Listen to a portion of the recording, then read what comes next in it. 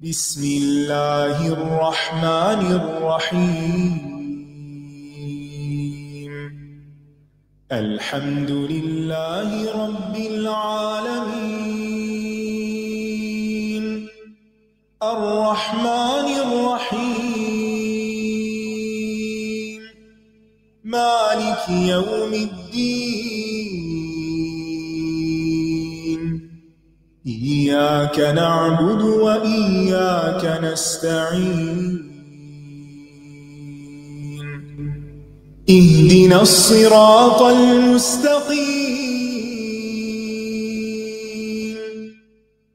صراط الذين أنعمت عليهم غير المغضوب عليهم ولا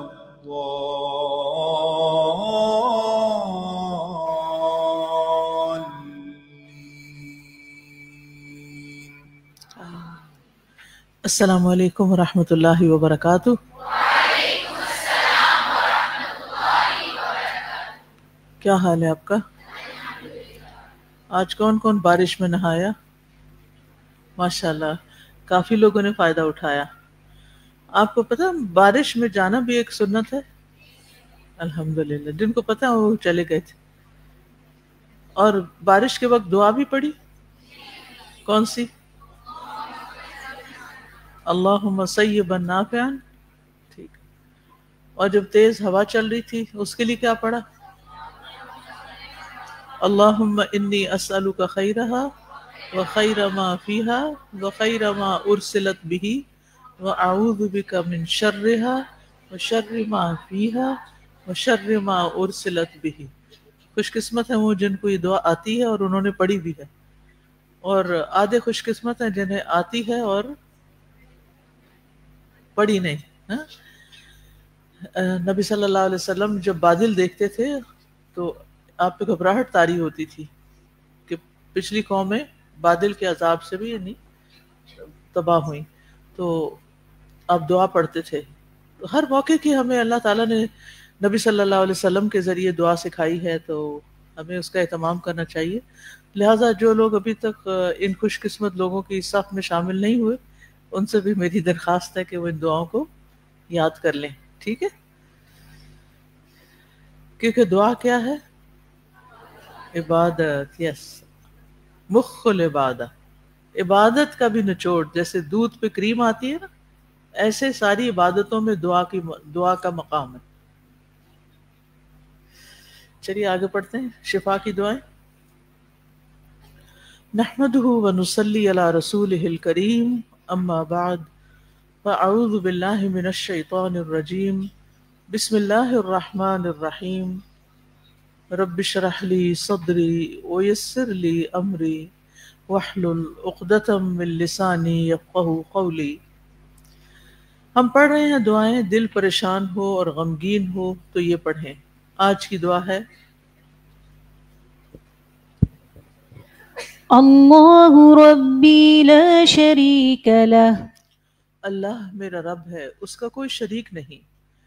اسماء بنت امیس رضی اللہ عنہا سے روایت ہے کہ رسول اللہ صلی اللہ علیہ وسلم نے فرمایا، جس شخص کو پریشانی، غم، بیماری یا کوئی سختی پہنچے اور وہ یہ دعا پڑھے، اللہ ربی لا شریک لہ، اللہ ربی لا شریک لہ، تو اس سے وہ سختی یا تکلیف دور کر دی جاتی ہے۔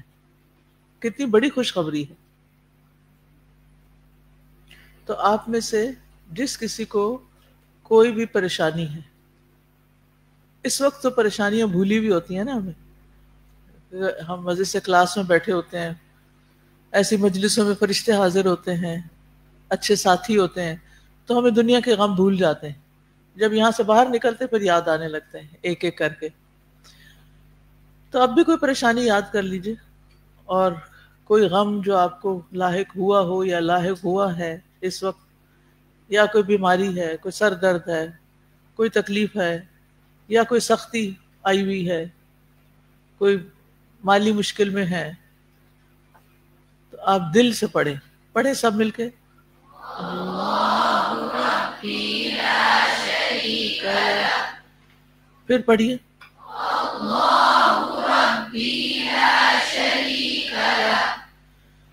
نیکسٹ. اللہ اللہ ربی لا اشرک به شیئا. اللہ اللہ ہی میرا رب ہے، میں اس کے ساتھ کسی کو شریک نہیں کرتا. حضرت اسماء بنت امیس بیان کرتی ہیں رضی اللہ عنہا کہ رسول اللہ صلی اللہ علیہ وسلم نے مجھے فرمایا، کیا میں تمہیں ایسے کلمات نہ سکھا دوں جو تم پریشانی کی صورت میں پڑھا کرو؟ کیا میں تمہیں ایسے کلمات نہ سکھا دوں جو تم پریشانی کی صورت میں پڑھا کرو؟ یعنی اللہ اللہ ربی لا اشرک به شیئا، اللہ ہی میرا رب ہے، میں اس کے ساتھ کسی چیز کو شریک نہیں بناتی، کسی کو بھی اس کے ساتھ شریک نہیں کرتی. تو نبی صلی اللہ علیہ وسلم نے یہ دعا ان کو خاص طور پر سکھائی. تو کیا یہ صرف ان کے لیے تھی، آپ کے لیے نہیں؟ یا آپ کے لیے بھی ہے؟ آپ کے لیے بھی ہے، کیونکہ ایک اور روایت میں آتا ہے، حضرت عائشہ رضی اللہ عنہا سے مروی ہے کہ نبی صلی اللہ علیہ وسلم اپنے گھر والوں کو جمع کرتے اور کہتے کہ جب تم میں سے کسی کو کوئی غم یا پریشانی پہنچے تو اسے چاہیے کہ وہ یہ کہے، اللہ اللہ ربی لا اشرک به شیئا. تو ایک اور حدیث سے تائید ہو گئی. پچھلی روایت کس کی تھی؟ حضرت اسماء بنت امیس کی، اور یہ روایت کس سے ہے؟ حضرت عائشہ رضی اللہ تعالی عنہا سے. اس میں آپ نے ان کو خاص طور پر سکھائی، اور اس میں آپ نے اپنے سب گھر والوں کو جمع کر کے سب کو سکھائی. تو اس سے کیا بات سیکھنے کو ملتی؟ کہ یہ دعا ہمیں خود بھی پڑھنی چاہیے اور گھر والوں کو بھی سکھانی چاہیے. یعنی جب بھی کسی مصیبت کے پہنچنے کی وجہ سے غم اور دل کی تنگی پہنچے، دل گھبرا رہا ہو، دل لگ نہ رہا ہو، بے چینی ہو، بے قراری ہو، تو پھر کیا کرے انسان؟ یہ دعا پڑھ لے. یہاں آپ دیکھیے کہ ان دعاؤں میں لفظ اللہ کی تکرار ہے. تکرار کس لیے ہوتی ہے؟ کسی بھی چیز کی تکرار کی بنیادی وجہ کیا ہوتی؟ تاکہ وہ چیز ذہن میں حاضر بھی ہو. اکثر لوگ کہتے ہیں نا کہ ہم نے قرآن کی تفسیر پڑھی لیکن جب حفظ کیا تو زیادہ قرآن سمجھ میں آیا. اس کی وجہ کیا تھی؟ کہ ترجمہ جاننے کے بعد، معنی جاننے کے بعد جب اس کو تکرار سے پڑھا، بار بار پڑھا، تو ہر دفعہ ایک نئی بات سمجھ میں آ گئی.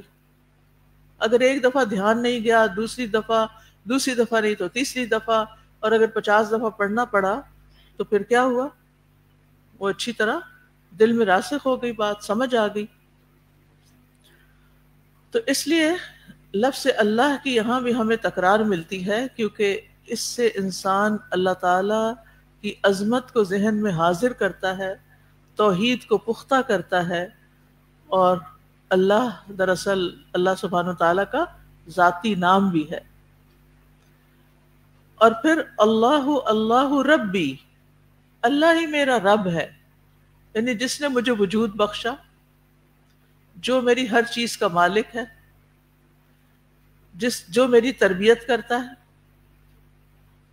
جس نے مجھے رزق دیا ہے، جس نے مجھے علم دیا ہے، جس نے مجھے ساری نعمتیں عطا کی ہیں. تو وہ رب میرا رب ہے، وہ اللہ میرا رب ہے. اور پھر توحید کی مزید وضاحت ہے، لا اشرک به شیئا، جس اللہ کے ساتھ میں کسی کو شریک نہیں کرتا، نہ اس کی ذات میں، نہ اس کی صفات میں. تو اللہ سبحانہ تعالی اپنے کمال، جلال، جمال میں یکتا ہے، اس جیسا کوئی بھی نہیں. اب سوال یہ پیدا ہوتا ہے کہ غم اور پریشانی کے وقت اس دعا کو کیوں پڑھا جائے؟ جو بھی اس کا جواب دے اس کے لیے بڑی شاباش. یعنی بات ہو رہی ہے غم، تکلیف، پریشانی کی، اور کہا جا رہا ہے میں کسی کے ساتھ شرک نہیں کرتا.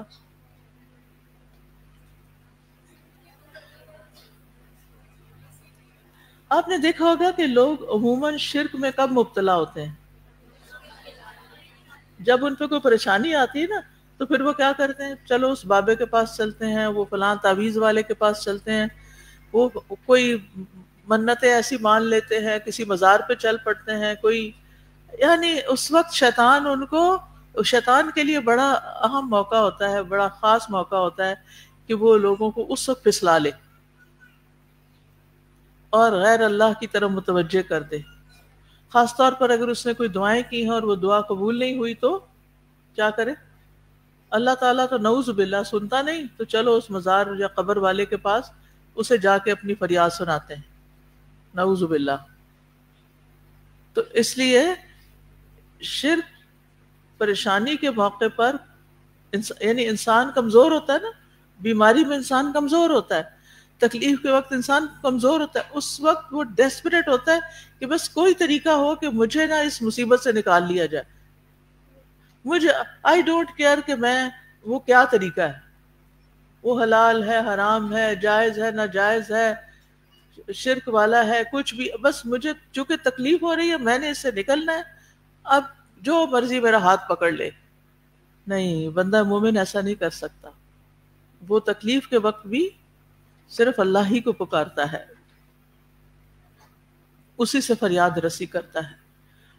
اب یہاں پر یہ ہے کہ ایک بشارت دی گئی ہے کہ جو اس دعا کو پڑھے گا اس کی مصیبت دور ہو جائے گی، پریشانی ختم ہو جائے گی، غم کے بادل چھٹ جائیں گے، تنگی ختم ہو جائے گی. لیکن اس کے لیے نیت بھی خالص ہونا ضروری ہے اور پوری توجہ کرنا بھی ضروری ہے.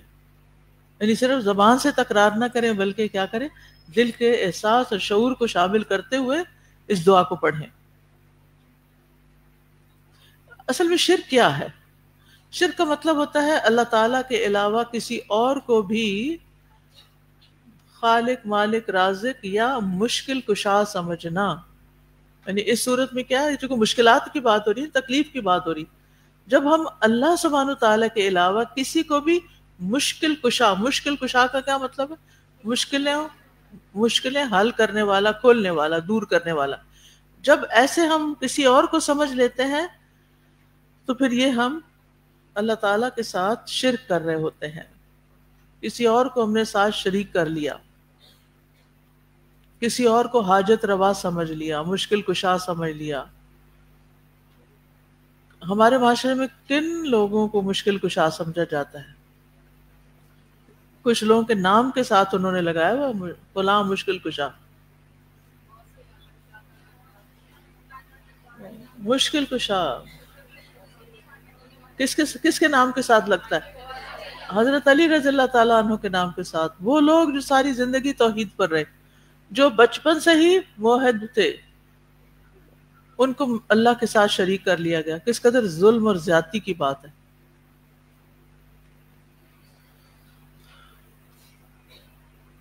اور بہت سے لوگ آج بھی آپ دیکھیں بڑے یقین کے ساتھ قبروں پہ جاتے ہیں، قبر والوں کو نفع نقصان کا مالک سمجھ کر، مشکل کشا سمجھ کر وہاں جا کے نظر و نیاز پیش کرتے ہیں، قبروں پر اپنے جانور ذبح کرتے ہیں، ان قبروں کا طواف کرتے ہیں، وہاں پر پیسے نشاور کرتے ہیں اور وہاں باقاعدہ تبلیغ کرتے بھی نظر آتے ہیں. آپ نے دیکھو کہ جو لوگ وہاں جاتے ہیں نا تو وہ ان بزرگوں کی بڑی کرامتیں بتا رہے ہوتے ہیں. تو یہ سارا سلسلہ جو ہے شرک کا، یہ افسوسناک ہے.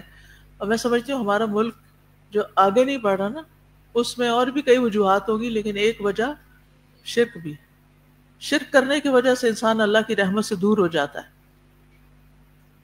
تو اس لیے زندگی میں تنگی ہو یا آسانی، کسی صورت میں شرک نہیں کرنا. اچھا قبروں پہ یہ تو سب کو عقل کی بات ہے کہ کوئی بندہ مر گیا تو پھر اس کی قبر پہ کیوں جا رہے ہیں. وہ کہتے ہیں کہ ان قبر والوں کی جو روحیں ہیں وہ کائنات میں تصرف کر سکتی ہیں، یعنی وہ بہت سی چیزیں تبدیل کر سکتی ہیں. تو یہ تو کوئی دلیل نہیں، نہ قرآن میں ایسی کوئی بات ہے نہ سنت میں ایسی کوئی بات ہے. جبکہ قرآن ہمیں بتاتا ہے ان الشرک لظلم عظیم، یہ بے شک یقیناً شرک بہت بڑا ظلم ہے. ان بھی آیا اور لا بھی آیا، لام تاکید کا بھی آیا. تاکیداً یہ بات کہی جاتی ہے کہ شرک بہت بڑا ظلم ہے. ظلم کس کو کہتے ہیں؟ کسی کا حق مار دینا. تو یہ اللہ کا حق نہیں دیتے. اب دیکھیں کہ وہ خالق ہے اور باقی سب مخلوق ہے. تو مخلوق تو پیدا کی گئی ہے نا, ٹھیک ہے نا. وَهُمْ يُخْلَقُونَ وَلَا يَخْلُقُونَ شَيْئًا, یعنی وہ کسی کو پیدا نہیں کر سکتے بلکہ پیدا کیے گئے ہیں. اب ایک جو بنایا گیا اور ایک جو بنانے والا, مثلاً عام الفاظ میں دیکھیے کہ ایک کمہار جس کو بولتے ہیں, کمہار ہوتا ہے جو مٹی کے برتن بناتا ہے, یہ تو معلوم ہے نا اردو میں کیا کہتے ہیں اس کو, کمہار ہی کہتے ہیں. اب آپ دیکھیے کہ ایک کمہار ہے زندہ جیتا جاگتا انسان, اور ایک ہے یہ اس کا بنایا ہوا گلاس. اب کہیں یہ دونوں برابر ہیں, کیا کہیں گے؟ اگر کوئی یہ کہے یہ گلاس بنانے والا اور جس نے بنایا ہے وہ دونوں ایک جیسے ہیں, برابر ہیں, بلکہ یہ اس سے بہتر ہے. یہ کتنی عقل ماری ہوئی ہے نا, کہ اگر انسان صرف اتنا سوچ لے کہ خالق اور مخلوق تو برابر ہو ہی نہیں سکتے. جس نے پیدا کیا وہی مالک ہے نا ہر چیز کا, وہی سب کچھ کرے گا, نہ کہ جو پیدا کیے گئے وہ تو خود محتاج ہیں. یا ایھا الناس انتم الفقراء الی اللہ. ٹھیک ہے, تو یاد رکھیے اللہ سبحانہ وتعالیٰ نے ہمیں صرف اپنی عبادت کے لیے پیدا کیا ہے, اور عبادت میں سجدہ اور ہر نیک کام اسی کے لیے کرنا, اور ساری عبادات روزہ حج زکوٰۃ وغیرہ سب اسی کی خاطر ادا کرنا. اور اگر اس میں دوسروں کو شریک کر لیا گیا تو یہ شرک کی ایک قسم ہو جائے گی. تو اللہ تعالیٰ نے شرک کو حرام قرار دیا ہے, ٹھیک ہے, اور یہ کبیرہ گناہوں میں سے سب سے بڑا گناہ ہے. عبداللہ رضی اللہ عنہ کہتے ہیں کہ میں نے رسول اللہ صلی اللہ علیہ وسلم سے پوچھا کون سا گناہ سب سے بڑا ہے؟ آپ نے فرمایا شرک, اور یہ ناقابل معافی گناہ ہے. اللہ تعالیٰ سارے گناہ معاف کر دے گا لیکن شرک کا گناہ نہیں معاف کرے گا. اور شرک جو ہے نا باقی نیک اعمال کو بھی ضائع کر دیتا ہے. شرک کیا کرتا ہے؟ باقی نیکیوں کو بھی ضائع کر دیتا ہے. سورۃ الزمر کی آیت نمبر 65 ہے, اللہ تعالیٰ فرماتے ہیں حالانکہ تمہاری طرف یہ وحی کی جا چکی ہے اور ان لوگوں کی طرف بھی جو تم سے پہلے تھے کہ اگر تم نے شرک کیا تو تمہارے عمل برباد ہو جائیں گے اور تم خسارہ اٹھانے والوں میں شامل ہو جاؤ گے. وَلَقَدْ أُوحِيَ إِلَيْكَ وَإِلَى الَّذِينَ مِن قَبْلِكَ لَئِنْ أَشْرَكْتَ لَيَحْبَطَنَّ عَمَلُكَ وَلَتَكُونَنَّ مِنَ الْخَاسِرِينَ. اسی طرح سورۃ الانعام کی آیت نمبر 88 میں اللہ تعالیٰ نے چند انبیاء کرام کا ذکر کرنے کے بعد فرمایا کہ اگر یہ لوگ یعنی انبیاء بھی شرک کرتے تو ان کا سب کیا کرایا برباد ہو جاتا. وَلَوْ أَشْرَكُوا. ذلك هدى الله يهدي به من يشاء من عباده ولو أشركوا لحبط عنهم ما كانوا يعملون. خود سوچئے انبیاء علیہ السلام, ان سے بڑا تو کوئی نہیں نا. مخلوق میں سب سے زیادہ, انسانوں میں سب سے بڑا رتبہ کن کا ہے اللہ کے نزدیک؟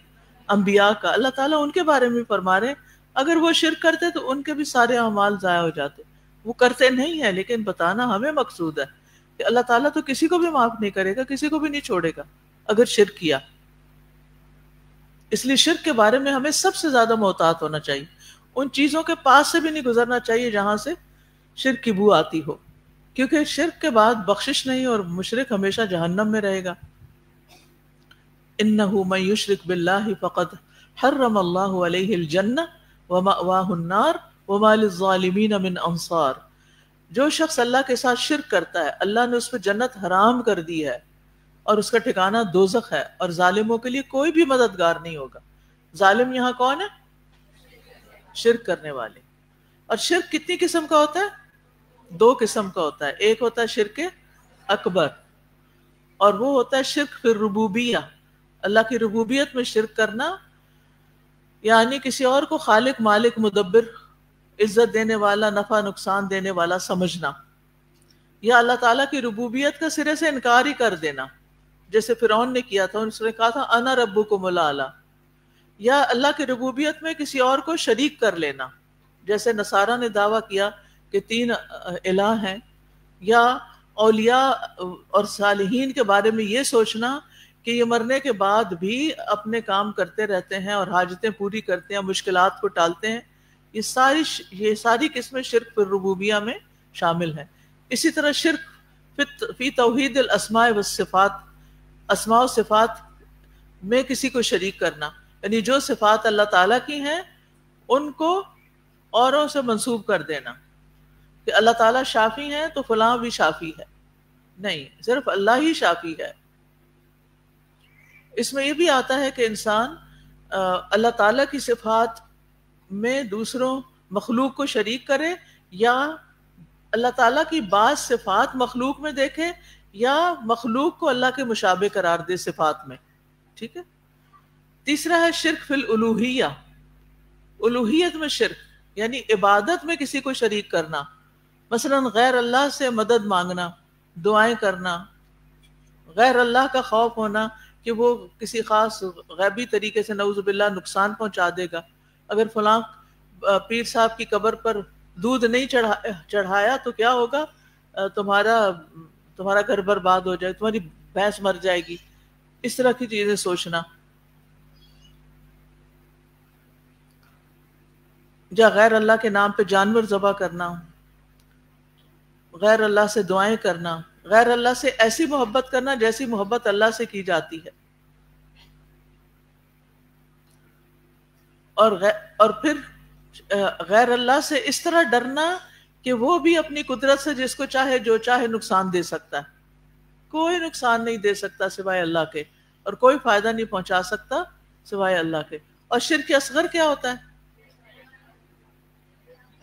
ریاکاری، یس، نبی صلی اللہ علیہ وسلم نے اپنی امت کو شرک اصغر سے بھی ڈرایا ہے، حدیث میں آتا ہے ان اخوف ما اخاف علیکم الشرک الاصغر، مجھے تم پر سب سے زیادہ خوف شرک اصغر کا ہے۔ صحابہ نے پوچھا کہ وہ کیا ہوتا ہے؟ آپ نے فرمایا شرک اصغر سے مراد ریاکاری ہے، اللہ تعالیٰ قیامت کے دن جب لوگوں کو ان کے اعمال کا بدلہ دے گا تو ریاکاری کرنے والوں سے کہے گا تم ان لوگوں کے پاس چلے جاؤ جن کے لیے تم ریا کرتے تھے، پھر دیکھو وہ تمہیں کوئی بدلہ دیتے ہیں، یعنی جن کے لیے تم نیکیاں کرتے تھے جاؤ ان سے کوئی بدلہ لو، کون دے گا بدلہ اس سے؟ کوئی باپ، بھائی، بہن، کوئی بھی نہیں۔ اس لیے نیک کام ماں باپ کی خوشی کے لیے بھی نہیں کرنے چاہیے، صرف اللہ کی رضا کے لیے کرنے چاہیے۔ اور شرک اصغر کی کئی قسمیں ہیں، جیسے غیر اللہ کی قسم اٹھانا بھی شرک اصغر ہے۔ لوگ اللہ کے علاوہ اوروں کی قسم کھاتے ہیں، مثلا کس کی؟ میرے سر کی، یا تمہارے سر کی، اور باپ کی، اور ماں کی، اور بچے کی، اور پتہ نہیں کس کس کی۔ تو اللہ قسم صرف اللہ کے نام کی کھانی چاہیے، کسی اور کی نہیں۔ اچھا، اسی طرح یہ بھی شرک اصغر ہے کہ کوئی کسی کو کہے جو اللہ چاہے اور جو آپ چاہیں، یہ نہیں کہہ سکتے۔ کیوں؟ آپ کی چاہت کو اللہ کی چاہت کے ساتھ کیا کیا؟ ملا دیا، یعنی اور کہ نہیں بات کرنی چاہیے۔ اللہ نے میری مدد کی اور فلاں نے کی، اور نہیں، اللہ نے مدد کی اور اس کے بعد فلاں سبب بن گیا، ٹھیک ہے۔ اسی طرح بدشگونی کرنا اور فال نکالنا بڑا عام ہے ہمارے معاشرے میں، یہ بھی شرک اصغر ہے۔ انسانوں کو منحوس سمجھنا، وہ فلاں آیا تھا نا تو بس یہ کام نہیں ہوا۔ اسی طرح کاہنوں اور نجومیوں کے پاس جانا، آپ میں سے کون کون لوگ نجومیوں کے پاس جا چکے ہیں؟ اب ڈر کے ہمارے ہاتھ نہیں کھڑا کریں گے؟ اچھا، کچھ لوگ بولڈ ہیں، بہادر ہیں، ماشاءاللہ، اچھی بات ہے، سچ بولتے ہیں۔ دیکھیے کس کس نے ہاتھ کی لکیریں دکھائی ہوئی ہیں؟ اب بھی ڈر ڈر کے اٹھا رہے ہیں۔ میں نے کچھ نہیں کہنا آپ کو، میں سروے کر رہی ہوں۔ اچھا چلو ٹھیک ہے، میں صرف سروے کر رہی ہوں کہ ہم میں سے کتنے لوگ اس گناہ کا شکار ہوئے ہیں اور اس کے بعد توبہ بھی نہیں کبھی کی. دیکھیے غلطی ہو جاتی ہے، انجانے میں ہو جاتی، پتہ ہی نہیں تو سارا کالج لگا ہوا ہے کسی کو ہاتھ دکھانے چلو ہم بھی چلتے ہیں. اور بعض اوقات آپ دیکھیے کالج میں مجھے یاد ہے وہ جو ہوتے ہیں نا سارسرز اور جو جادوگر قسم کے اور کرتب دکھانے والے اور مداری، ان کو بھی بلا لیتے ہیں اور سارے بچے اکٹھے ہو جاتے ہیں. اس کو فن کہتے ہیں، انٹرٹینمنٹ کہتے ہیں، اور ساتھ ہی ایمان کا بھی خاتمہ ہو رہا ہوتا ہے. تو کاہنوں اور نجومیوں کے پاس جانا اور ان کی تصدیق کرنا، ہاں ہاں یہ بالکل سچ کہہ رہے ہیں. پھر اسی طرح کڑا، دھاگا، تعویذ پہننا، یہ بھی شرک اصغر میں آ جاتا ہے. کسی نے بازو کے ساتھ امام زامن تو نہیں باندھا ہوا؟ شادیوں میں بہت کامن ہے، دلہن کو باندھ کے بھیجتے ہیں. اللہ کی ایمان میں نہیں دیتے، اللہ کی حفاظت میں نہیں دیتے، امام پتہ نہیں کسی امام کی حفاظت میں دے رہے ہوتے ہیں. کیا خیال ہے حفاظت کرنے والا کون ہے؟ مانتے ہیں نا. پھر تو پھر کیوں تعویذ پہن کے یہ سمجھتے ہیں کہ یہ بچائے گا ہمیں؟ تو ان چیزوں سے بچنا چاہیے. اور اگر لا علمی میں، نادانی میں کر چکے ہیں تو آئندہ نہیں کرنا، آئندہ کسی ایسی جگہ نہیں جانا، اور پچھلے گناہ پہ خوب خوب توبہ استغفار کرنا ہے، صدقہ خیرات کرنا ہے کہ اللہ تعالیٰ غلطی ہو گئی. یہ نہیں کہ اچھا نہیں میں تو غلط نہیں سمجھتی. کسی کو بھی یہ سمجھنا کہ یہ میری مشکل حل کر دے گا، یہ درست نہیں.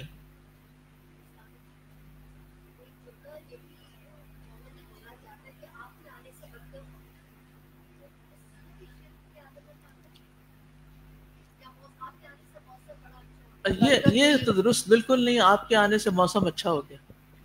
کسی کے آنے سے نہ بادل آتے ہیں اور نہ کسی کے جانے سے بادل جاتے ہیں.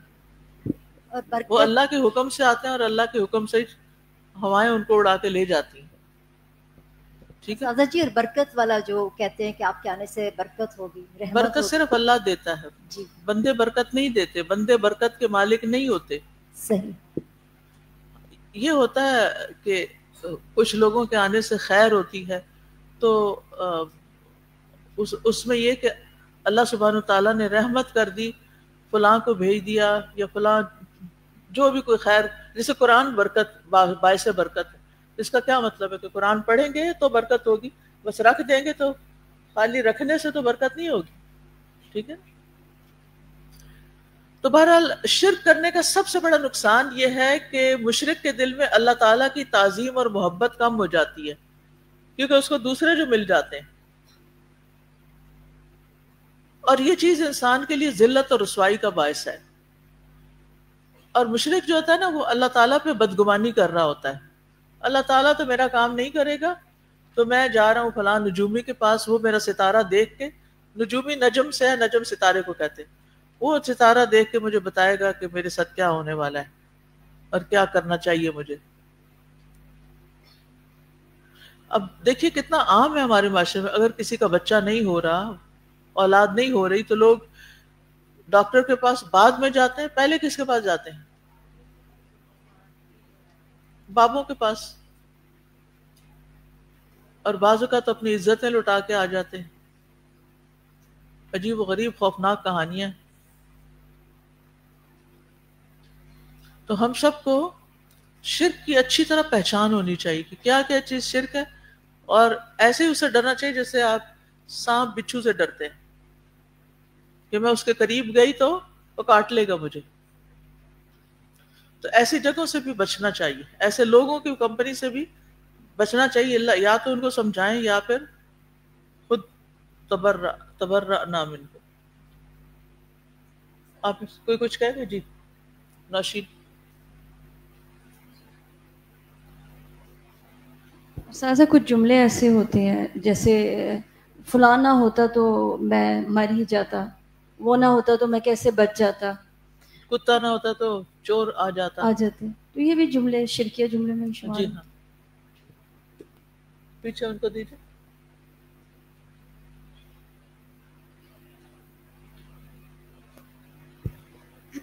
استاذہ جی اس کو شدید غم اور مصیبت میں پڑھنے کا حکم اس لیے بھی دیا گیا کیونکہ شیطان کے بارے میں آتا ہے نا کہ وہ انسان پر 3 راستوں سے حملہ کرتا ہے، شدید غم، شدید غصہ اور شدید شہوت، اور بیسیکلی یہ دعا میں اس دعا میں اللہ تعالیٰ کی عظمت کا ذکر کیا جا رہا ہے۔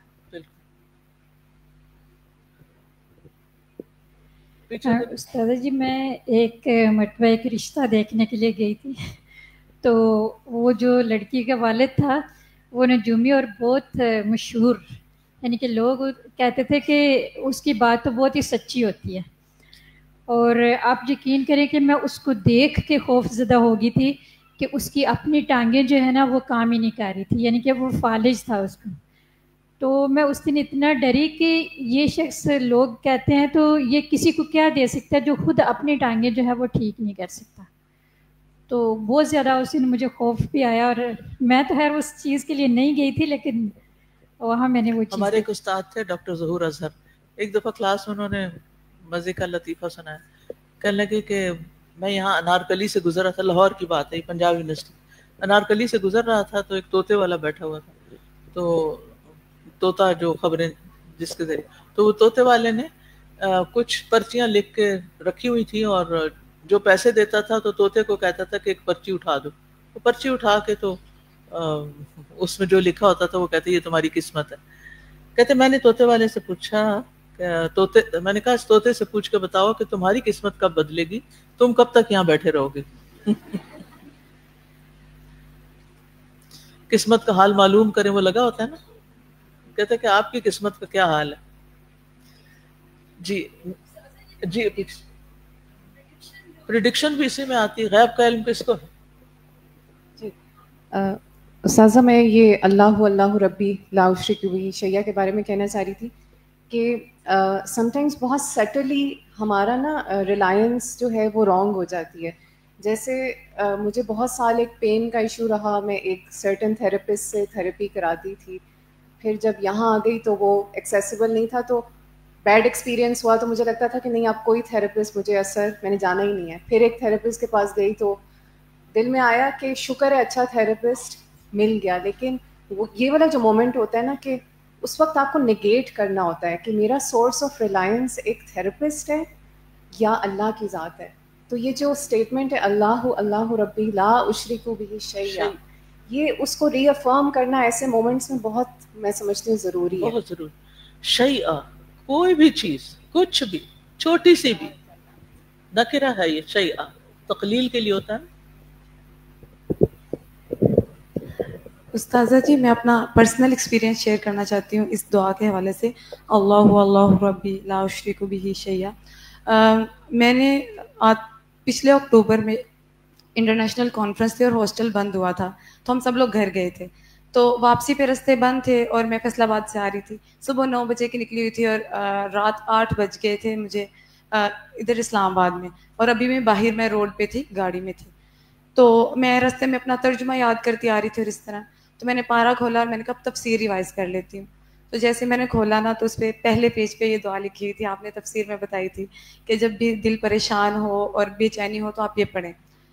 پہلے جب میں نے پڑھا تو میں نے بس ایسا لیسن اس کو پڑھ لیا، پھر میں نے اس کو پڑھا، پھر میں نے اس کو فیل کیا، تیسری دفعہ پھر میں نے آنکھیں بند کی، پارہ بند کیا، پھر میں نے کہا اللہ ربی لا اشرک بہ شیئا، اور میں پڑھتی گئی، اینڈ ود ان آدھے گھنٹے کے اندر ٹریفک کھل گئی اور رستے کھل گئے، اور 1 گھنٹے کے اندر میں الہدا پہ موجود تھی، الحمدللہ۔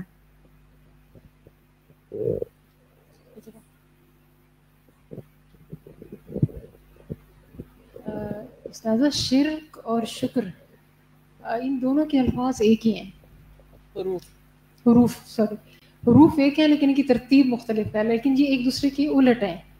جو مشرک ہے وہ شاکر نہیں ہو سکتا، جو شاکر ہے وہ پھر مشرک نہیں ہو سکتا۔ بالکل صحیح کہا۔ نیکسٹ۔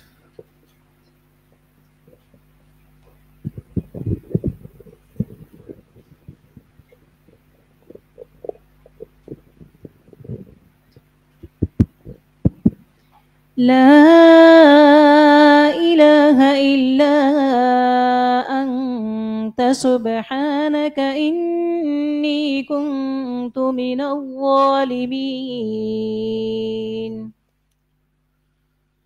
تیرے سوا کوئی الہ نہیں، تو پاک ہے، بے شک میں ہی ظالموں میں سے ہوں۔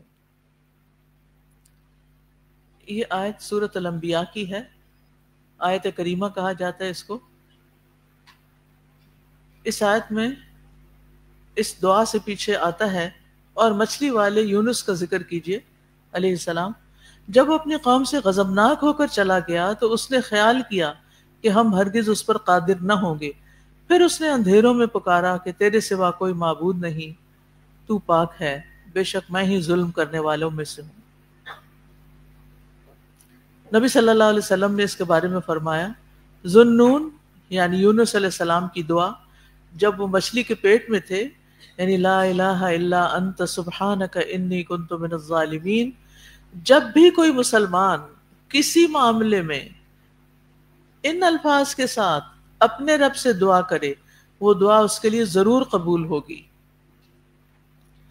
اسی طرح رسول اللہ صلی اللہ علیہ وسلم نے اس کے بارے میں فرمایا، کیا میں تمہیں ایسی چیز نہ بتاؤں کہ جب تم میں سے کسی آدمی کو رنج و الم اور دنیا کی آزمائشوں میں سے کوئی آزمائش آئے تو وہ اس دعا کو پڑھے تو اس کی تکلیف دور ہو جائے۔ جب تم میں سے کسی آدمی کو رنج و الم اور دنیا کی آزمائشوں میں سے کوئی آزمائش آئے تو وہ اس دعا کو پڑھے تو اس کی تکلیف دور ہو جائے گی۔ تو آپ سے کہا گیا کیوں نہیں؟ آپ نے فرمایا وہ مچھلی والے کی دعا ہے، لا الہ الا انت سبحانک سبحانک انی کنت من الظالمین، تیرے سوا کوئی معبود نہیں، تو پاک ہے، بے شک میں ہی ظالموں میں سے تھا۔ تو اس سے پتہ چلتا ہے کہ یہ دعا رنج و غم سے نجات دلاتی۔ اس میں بھی اگر آپ غور کریں تو سب سے پہلے اللہ تعالیٰ کی توحید ہے، شرک سے برات ہے، لا الہ الا انت، کوئی اور الہ ہے ہی نہیں سوائے تیرے۔ پھر مزید فرمایا سبحانک، تو پاک ہے، کس سے؟ ہر کمزوری، عیب، نقص سے۔ انی کنت من الظالمین، بے شک میں ظالموں میں سے ہوں، ساری غلطیاں میری ہیں، میری کوتاہی، یہ مصیبت جو مجھ پر آئی ہے میرے اپنے کیے کی بدولت آئی ہے۔ تو یہاں دراصل انسان اپنی غلطیوں کا اعتراف کرتا ہے۔ عمومی طور پر آپ دیکھیے کہ ہمارا رویہ کیا ہوتا ہے جب ہم کسی محفل میں بات کرتے ہیں اپنے بارے میں، تو کیا بات کرتے ہیں؟ اپنی اچیومنٹس کی، اپنی خوبیوں کی، اور اپنے کارناموں کی، اور کیا باتیں کرتے ہیں؟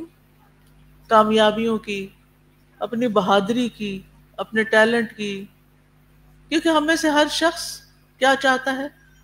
پرومیننٹ ہونا چاہتا ہے۔ غلطیوں کی بات کم ہی کریں گے، اور اگر کریں گے بھی تو ایک ریاکاری کے انداز میں، ہم بڑے گناہگار لوگ ہیں، حالانکہ دل کوئی نہیں کہہ رہا ہوتا گناہگار ہے، صرف زبان سے کہہ رہے ہوتے ہیں۔ تو عمومی طور پر ہم اپنی کمی، کوتاہی، غلطی، دانستہ نادانستہ اس کا اعتراف نہیں کرتے، کیونکہ ہم شرمندہ نہیں ہونا چاہتے۔ غلطی ماننے کا مطلب کیا ہے؟ شرمندگی کا اظہار کرنا، اور یہ بڑا مشکل کام ہوتا ہے۔ اپنی غلطی دیکھنا، اپنی غلطی ماننا، اپنی غلطی کا اقرار کرنا، اس کا اظہار کرنا ضرورت کے وقت، یہ سب مشکل کام ہے۔ بڑے حوصلے جگرے ایمان والے لوگ ہی یہ کر سکتے ہیں۔ اور ایک بات یہ بھی سمجھ لیں کہ غلطی اور گناہ میں بڑا فرق ہوتا ہے، ٹھیک ہے؟ اللہ تعالیٰ ہمیں حکم دیتا ہے کہ ہم برائیوں کی اشاعت نہ کریں، لیکن ہم سے غلطی ہو جاتی ہے۔ وہ ایک تجربہ ہوتا ہے جس سے انسان اگلی دفعہ اس غلطی سے بچنے کا سبق سیکھتا ہے۔ تو اصل میں غلطی ہے کیا؟ بھول چوک سے بھی غلطی ہو جاتی ہے، لغزش ہو جاتی ہے، پھسل جاتے ہیں، ہم بھول کے غلط بیانی کر جاتے ہیں، بعض اوقات معاملات کی تہہ تک نہیں پہنچتے، اوپر سے ہی فیصلہ کر لیتے ہیں، بدگمانی کا شکار ہو جاتے ہیں۔ تو اس لیے بہت ضروری ہے کہ ہم ہر اس چیز کو غلطی سمجھیں جو اللہ تعالیٰ کے حکم کی خلاف ورزی ہے، اللہ کے دین کے خلاف جاتی، وہ سب غلط ہے۔ دوسرے آسان لفظوں میں کہوں گی، ہر وہ بات، ہر وہ کام غلط ہے، غلط نہیں بولتے، یہ بھی یاد رکھیے، غلط ہے جس میں اللہ کی نافرمانی ہو رہی ہے۔ یہ کرائیٹیریا ہے، اللہ کا حکم نہ مانا جا رہا ہو۔ اب کیا ہے، ہو گئی ہم سے کسی بھی وجہ سے، تو ہمیں تسلیم کر لینا چاہیے کہ ہاں یہ مجھ سے ہوا ہے۔ یہیں سے انسان کے اندر ایک عجب سی راحت پیدا ہو جاتی ہے، کیونکہ بوجھ ختم ہو جاتا ہے۔ جب تک آپ مانتے نہیں نا، وہ آپ کے سر پہ تلوار کی طرح لٹکی رہتی ہے۔ جب مان جاتے ہیں تو وہ تلوار ہٹ جاتی ہے۔ غلطی کا اعتراف کرنے میں سکون اور راحت ہے۔ کرنا مشکل ہے، لیکن ان مع العسر یسرا۔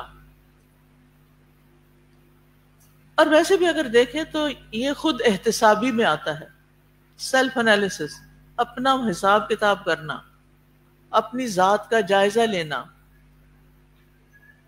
اپنے اعمال کو خود پرکھنا، ان کا خود حساب کرنا۔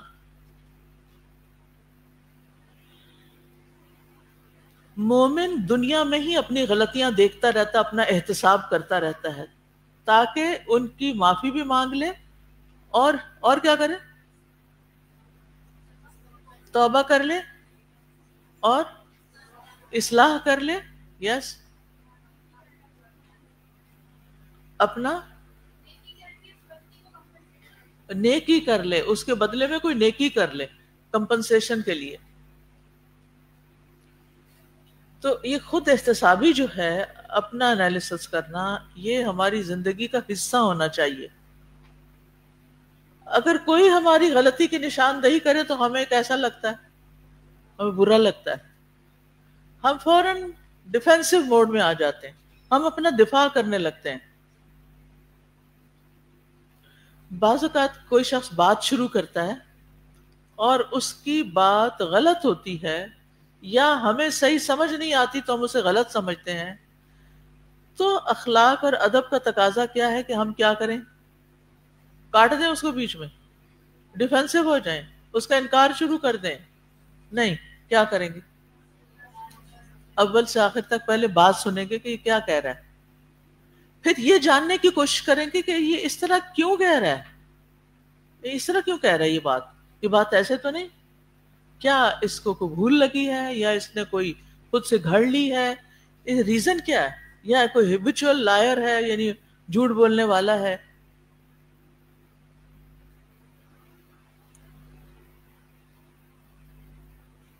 فوراً نہیں کاٹیں گے، فوراً ڈیفینسو بھی نہیں ہوں گے۔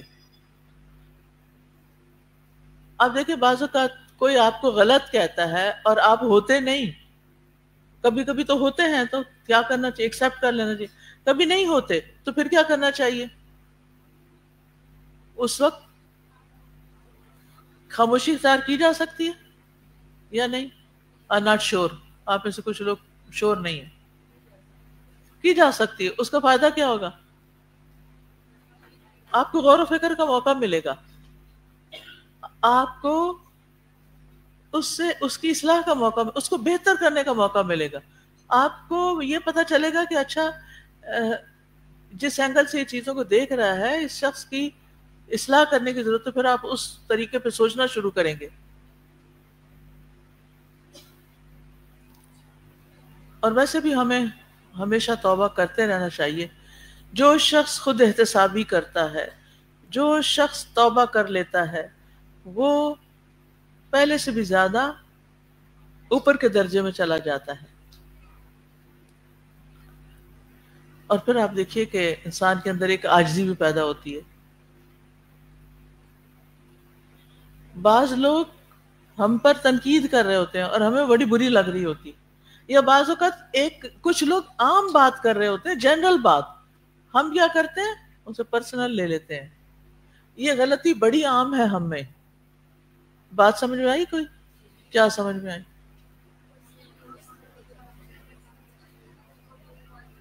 کیا کہا میں نے؟ یا عمومی بات کو وہ ذات پہ اٹیک سمجھتے ہیں، شاید مجھ پر یا میرے ڈپارٹمنٹ پر یا میری کارکردگی پر یہ تنقید ہونے لگی ہے، اور وہ پہلے سے صفائیاں شروع کر دیتے ہیں. ابھی آندھی آئی نہیں اور آپ نے پہلے جھاڑو اٹھا لیا، وہ آنے والی ہے، میں تیار ہو کے کھڑی ہوں.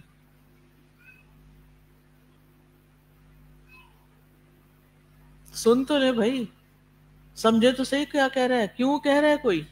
اچھا بعض لوگ ہوتے ہیں نا، وہ بےچارے کہنا کچھ چاہتے ہیں اور کچھ اور کہہ جاتے ہیں، اس سے بھی بڑی غلط فہمیاں پیدا ہو جاتی ہیں. تو ایسے میں بھی صبر حوصلے سے کام لینا چاہیے، اللہ سے حکمت مانگے، بصیرت مانگے. ٹھیک ہے کہ اللہ تعالیٰ مجھے معاملات کو صحیح رخ سے دیکھنے کی توفیق دے، اپنے بارے میں بھی کسی دھوکے کا شکار نہ ہوں.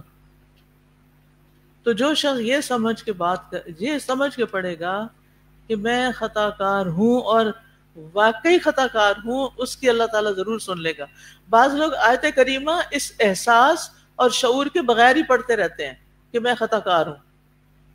وہ مانتے کوئی نہیں کہ میں خطا کار ہوں، لیکن وہ الفاظ پڑھتے رہتے ہیں کیونکہ ان کو یہ پتا چل گیا کہ ان الفاظ کے پڑھنے سے مشکل دور ہوتی ہے.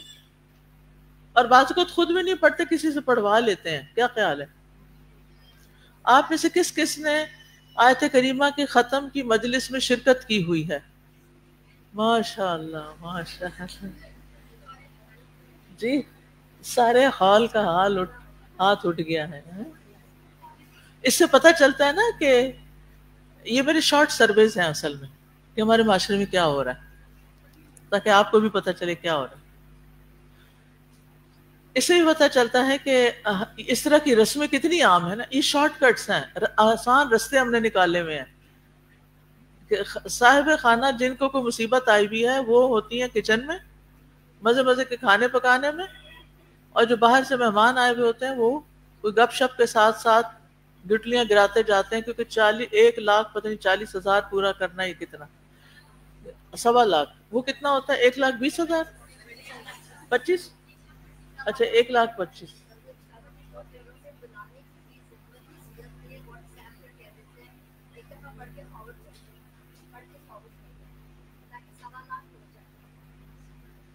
اچھا یعنی وہ لکھا ہوا پڑھ کے اچھا اب کہتے ہیں کہ سوشل میڈیا پہ لوگ لکھ کے ڈال دیتے ہیں کہ ایک دفعہ پڑھ کے آگے فارورڈ کر دیں.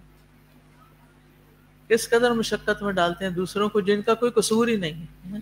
غلطی آپ کی، قصور آپ کا، مشکل آپ کی، اور آپ نے اپنی مشکل کے حل کے لیے ڈال دیا دوسروں کو مشکل میں. ہمارا دین کیا کہتا ہے؟ آسانیاں دو آسانیاں پاؤ. ٹھیک ہے نا، جو کسی کے لیے آسانی کرے گا اللہ تعالیٰ اس کے لیے آسانی کرے گا، اور ہم ڈال دیتے ہیں دوسروں کو مشقت میں. تو ان چیزوں کو لوگوں کو ذرا لاجک سے بھی سمجھانے کی ضرورت ہے کہ نبی صلی اللہ علیہ وسلم نے مشکلات کے حل کے لیے یہ طریقہ نہیں بتایا تھا. اچھا کچھ لوگ اندھیرے میں بیٹھ کے پڑھتے ہیں، یہ بھی پتا ہے آپ کو.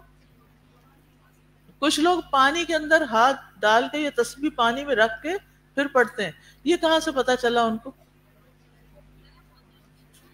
وہ کہتے ہیں کہ گرم ہوتی ہے، یہ گرم ہوتا ہے، اس کو ٹھنڈا کرتے ہیں. اور اگر پانی گرم ہو گیا تو پھر کیا کریں گے؟ ایک اور پیالہ لائیں گے.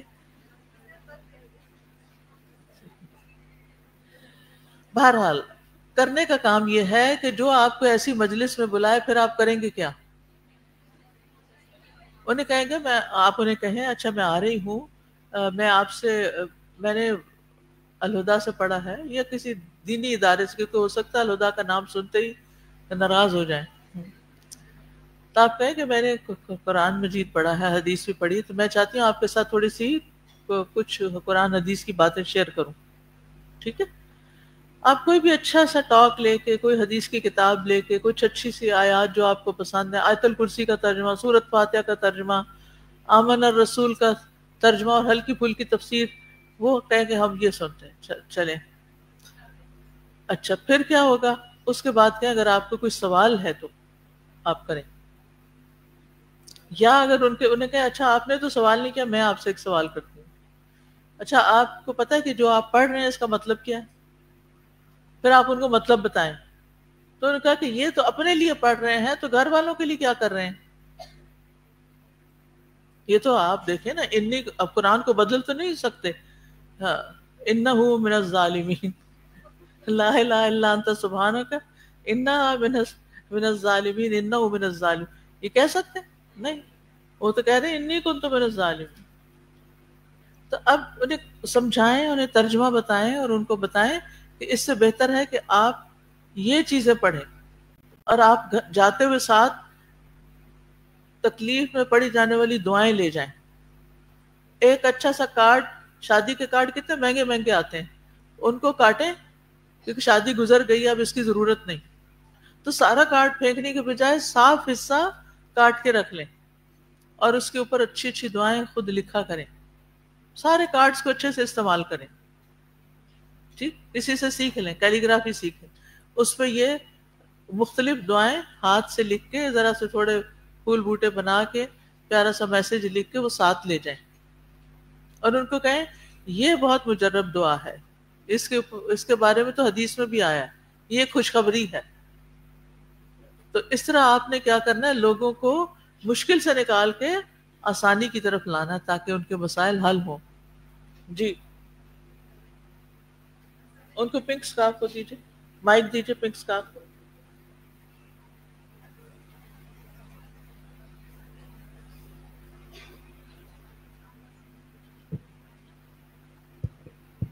استاذہ، آپ نے ابھی یہ خود پسندی کا ذکر کیا، جیسے اپنی تعریفوں کا، تو سائیکالوجی میں ایک ڈس آرڈر ہوتا ہے، نارسسسٹک پرسنالٹی ڈس آرڈر، نرگسیت پسندی. آلدو کہ اب یہ ورڈ بہت زیادہ یوز ہونے لگ گیا، اوور یوز ہونے لگ گیا، بٹ اسٹل یہ ایک ڈس آرڈر ہے. اور اس کی سب سے بڑی نشانی یہ ہوتی ہے کہ وہ شخص اپنی غلطی نہیں مانتا، اور ایسے لوگ رشتوں میں بہت زیادہ مشکلات پیدا کر دیتے ہیں، بحیثیت والدین کے بھی، بحیثیت میاں بیوی کے بھی.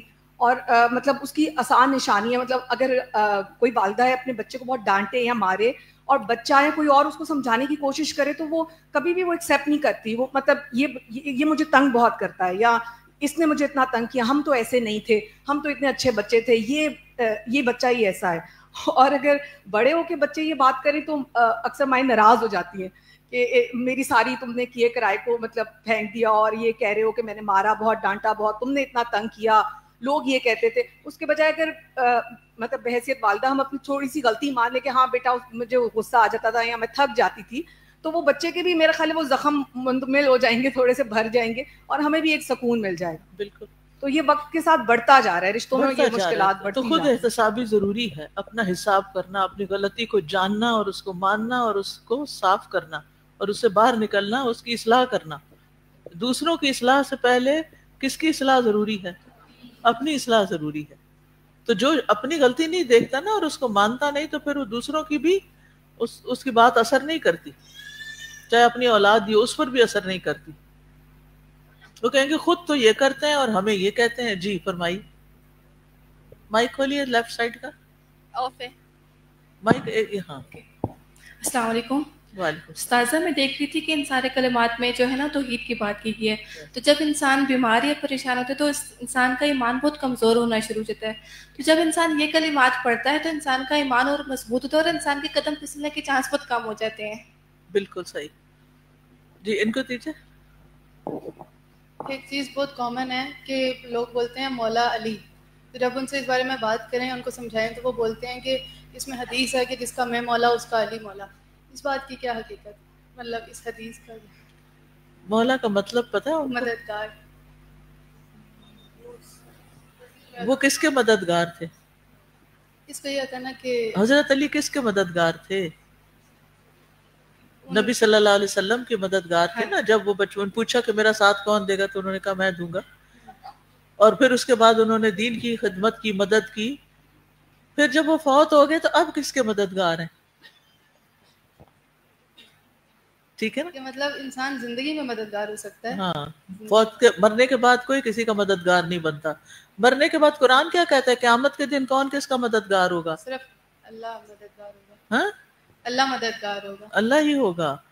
لیکن وہ اس کو ایز اے لیڈر بھی کنسیڈر کرتے ہیں کہ لیڈر بھی ہے، مددگار بھی ہے، تو وہ اس چیز میں یہ والی حدیث کوٹ کرتے ہیں. یہ حدیث اوتھینٹک چلے وہ ٹھیک ہے، میرا خیال ہے، مجھے اب اس کی اوتھینٹسٹی یاد نہیں ہے زبانی، ایسی بات میں نے بھی پڑھی ہے کہیں. لیکن پھر بھی دیکھیں حدیث بھی ہو تو اس کا مطلب بھی تو جاننا چاہیے نا کہ کس کانٹیکس میں یہ حدیث ہے. جیسے ابھی میں نے آپ سے سوال کیے کہ اگر وہ مددگار کے معنوں میں لیتے ہیں یا سرپرست کا معنی بھی ہو، مولا کے کئی معنی ہیں، سرپرست بھی، تو وہ کس کی سرپرستی کر رہے ہیں مرنے کے بعد؟ نہیں کر رہے نا. اوکے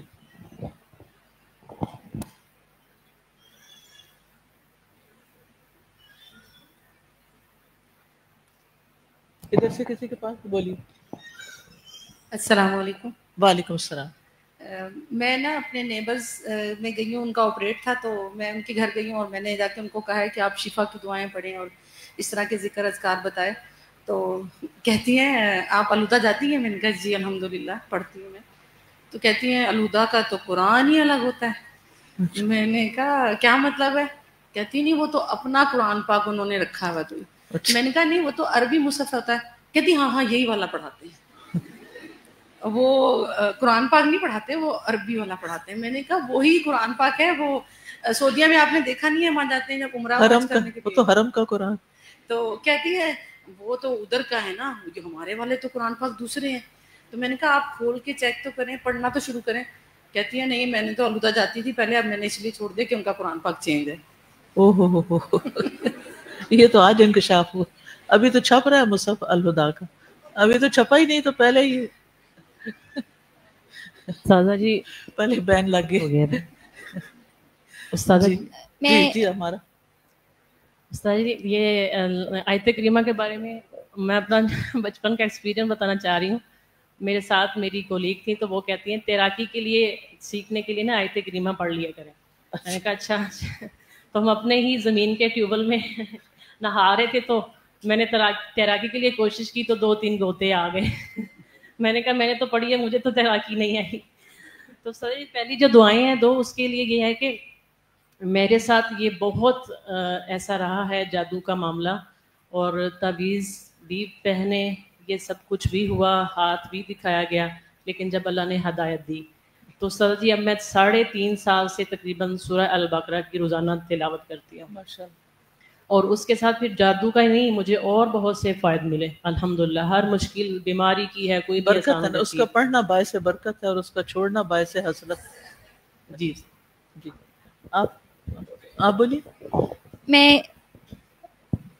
میں اس میں ایک پوائنٹ دیکھ رہی تھی کہ حضرت یونس علیہ السلام نے اندھیروں میں پکارا، یعنی اگر ہم لوگ اندھیروں میں تسبیح کریں گے تو ہمارے اندھیرے جو ہیں وہ روشنی میں بدل جائیں گے. لیکن اگر اندھیروں میں تسبیح نہ کی جائے یا اللہ تعالیٰ کو نہ پکارا جائے تو ہم لوگ اندھیروں میں ڈوبتے چلے جاتے ہیں، پھر ڈپریشن اور یہ والی مسائل آتے ہیں. دوسری چیز کہ جب اندھیرے آتے ہیں تو ہمیں یہ کرنا ہوتا ہے کہ ہمیں اپنی غلطی دیکھنی ہوتی ہے کہ ہم غلط کہاں پہ ہیں. ہم لوگ کیا کرتے ہیں کہ ہم لوگ غموں کو دیکھنے لگ جاتے ہیں کہ ہمارا غم کیا کیا ہے. تو اگر ہم لوگ خود احتسابی کی طرف چلے جائیں تو ہم لوگوں کے جو اندھیرے ہوتے ہیں وہ روشنی میں بدل جاتے ہیں انشاءاللہ. جی مائک آن. جی استاذہ جی جو آیت کریمہ ہے اس کو پڑھنے کا ایک اور بھی طریقہ ہے.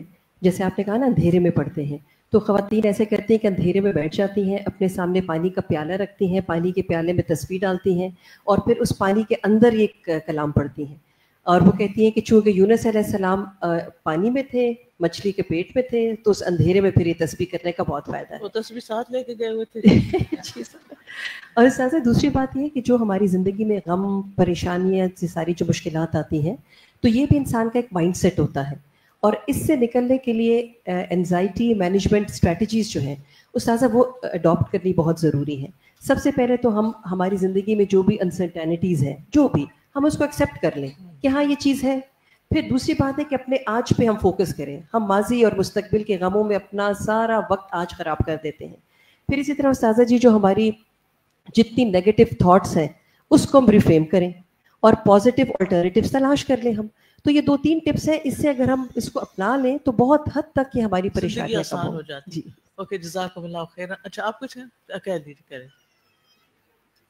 اس میں بات ہے نا یہ والی کہ اپنا انالیسس کرنا اور اسے صحیح انالیسس کرنا اور ایڈمٹ کرنا. یہ اس وقت ہوتا ہے جب انسان اپنے آپ سے سچا ہوتا ہے اور اللہ سبحانہ وتعالیٰ کو سپریم مانتا ہے کہ اگر آپ نے مجھے کوئی چیز منع کی تھی تو مجھے منع ہونا چاہیے تھا. اب ہم دیکھتے ہیں آدم علیہ السلام ہوں یا یونس علیہ السلام ہوں، انہوں نے جواز نہیں دیے، صفائیاں پیش نہیں کی کہ آپ کو معلوم ہے نا قوم کتنی ایسی ہے اور میں نے اتنی محنت، ہم جواز میں پھنس جاتے ہیں۔ اب انہوں نے جو بھی وجہ تھی، ہوا تو ہے نا، ہم سے قصور تو ہوا ہے نا، تو یہ جو ٹپ ہے نا کہ آپ سب سے پہلا ریئیکشن یہ ہو کہ ہم یہ کہیں کہ ربنا ظلمنا انفسنا، وہ شیطان نے بہکایا تھا، میرے اپنے نفس نے بہکایا تھا، وہ دوست تھا، جو بھی تھا، لیکن ہوا تو مجھ سے ہی ہے نا۔ بالکل بالکل، تو بس یہ ہے نکلنے کا راستہ کہ پہلی دفعہ مان کے نکل جائیں اس بات، بس نکل جائیں، بوجھ ہٹا دیں اپنا۔ اوکے، جزاکم اللہ خیرا، بارک اللہ فیکم، سبحانک اللہم و بحمدک، اشہد ان لا الہ الا انت، استغفرک و اتوب الیک۔ السلام علیکم ورحمۃ اللہ وبرکاتہ۔ اللهم صل على محمد وعلى آل محمد كما صليت على إبراهيم وعلى آل إبراهيم إنك حميد مجيد۔ اللهم بارك على محمد وعلى آل محمد كما باركت على إبراهيم وعلى آل إبراهيم إنك حميد مجيد۔